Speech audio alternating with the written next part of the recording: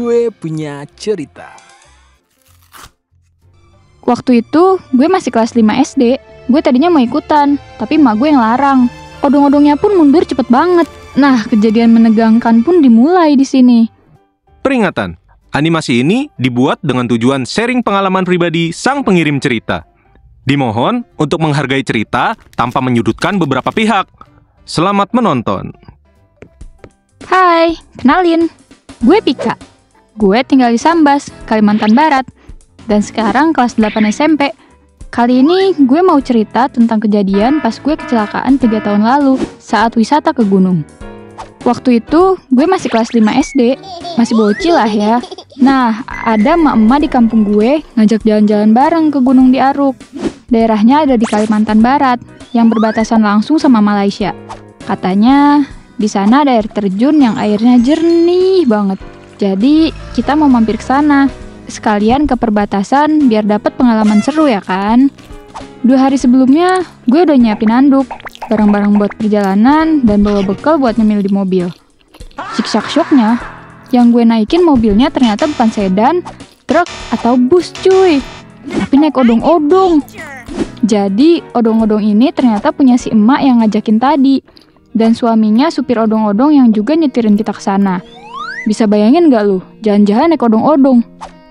Hari H pun tiba, dan gue bareng temen-temen gue, ada Meisha dan Yuna, beserta emak-emaknya juga. Karena gue sama temen-temen dan emaknya udah akrab dan bestie abis dah pokoknya. Gue ngumpul di rumah orang yang punya odong-odong itu, beserta emak lainnya. Bawaan gue saat itu banyak banget, kayak orang habis diusir dah. Kita naik ke odong-odong, yang udah penuh sesak dengan emak-emak dan barang-barang. Perjalanan ke lokasi tujuan ternyata makan waktu beberapa jam. Dan kita bayar 50.000 per orang, karena perjalanannya jauh banget. Kan badan gue masih segede botol Yakult ya. Jadi biar minim ongkos, akhirnya gue dipangku lah sama nyokap. Dan Meisha juga dipangku emaknya, bukan emak gue ya. Kenapa jadi pangku-pangkuan dah kayak kue lapis? Oke, back to the topic. Walaupun penuh sesak karena emak-emak gede kayak Candi Borobudur, terus panas, tapi gue tetap semangat sambil bercanda dan nyanyi-nyanyi lagu yang diputar sama supir. Setelah perjalanan panjang dan penuh nyanyian biduan yang disetel, akhirnya kita sampai di Sajingan. Gue takjub banget sama pemandangannya, yang sangat wadidau awu-awu ini. Sepadan lah ya sama perjalanannya. Kita semua memutuskan buat istirahat ke rumah saudara dari emak yang ngatur perjalanan ini. Pegel juga cuy pantat gue kena tulang paha emak gue.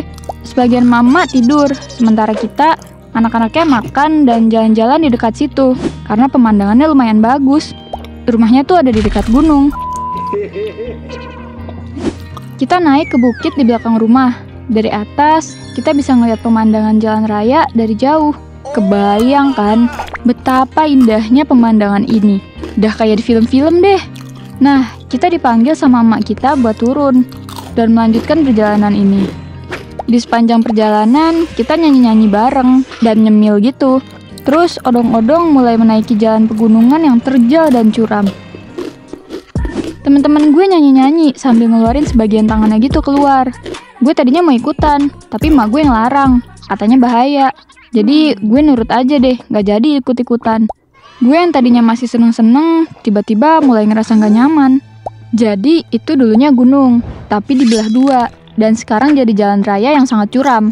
Nah, kejadian menegangkan pun dimulai di sini. Pas kita hampir nyampe puncak, tiba-tiba lagunya mati. Dan yang bikin panik banget, mesin odong-odongnya juga mati cuy. Odong-odongnya perlahan mundur dari jalan yang terjal dan curam itu. Gue ngerasa ini kayak lagi mimpi. Tapi gue cubit tangan gue dan itu sakit. Artinya kan ini nyata. Odong-odongnya pun mundur cepet banget.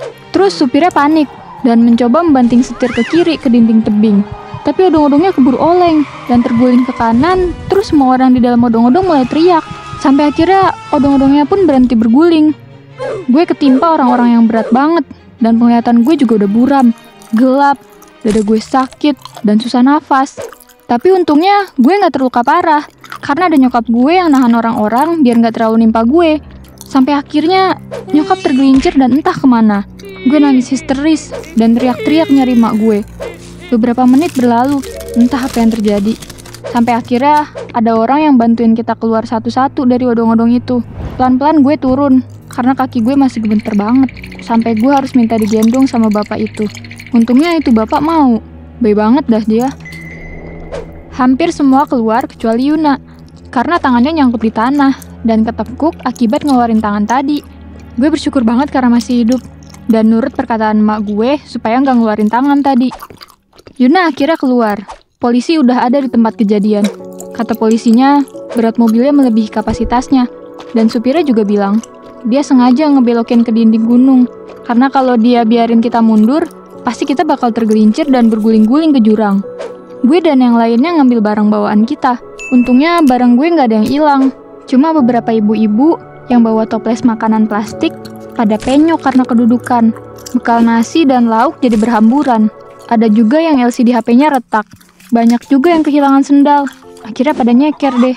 Dan kita semua diantar polisi ke RS terdekat. Sesampainya di RS, penjaganya kaget. Karena baru pernah punya pasien sebanyak dan seramai ini. Udah kayak iring-iringan nikahan katanya.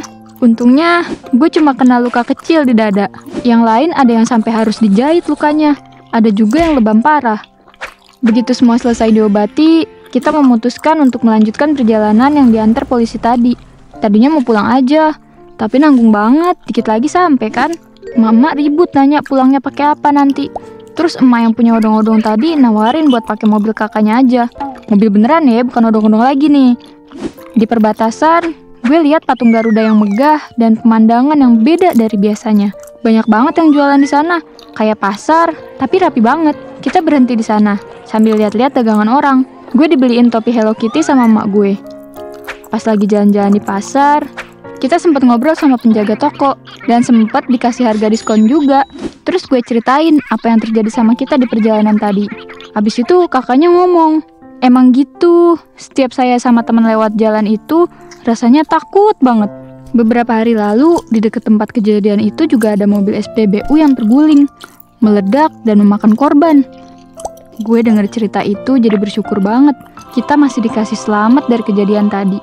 Gue dan rombongan berjalan-jalan dan foto buat mengabadikan keindahan di sana.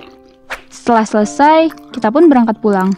Karena odong-odongnya udah diperbaiki, walaupun tetap peot, sebagian dari kita akhirnya pulang pakai mobil lain karena masih trauma. Gue, Mesya, yang lebih berani tetap naik odong-odong. Ada juga yang dijemput sama keluarganya. Biaya berobat udah dibayarin, tapi nggak tahu siapa yang bayarin. Dan kita juga udah nggak perlu bayar ongkos 50.000. Angin berhembus, udara juga mulai dingin. Matahari pun udah mulai terbenam. Kita akhirnya pulang dengan selamat. Sesampainya di rumah, gue ceritain semuanya ke bokap dan kakak gue. Of course, mereka shock dong. Mereka nggak nyangka kalau kejadian itu bisa terjadi sama kita. Mereka juga sedikit marah. Mereka juga sempat heran. Kenapa juga kita jalan-jalan ke gunung pakai odong-odong?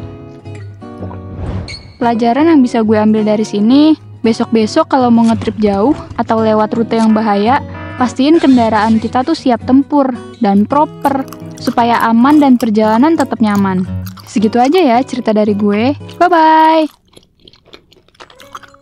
Gimana ceritanya? Suka nggak? Kalau lu suka, jangan lupa subscribe ke channel kita ya. Bye!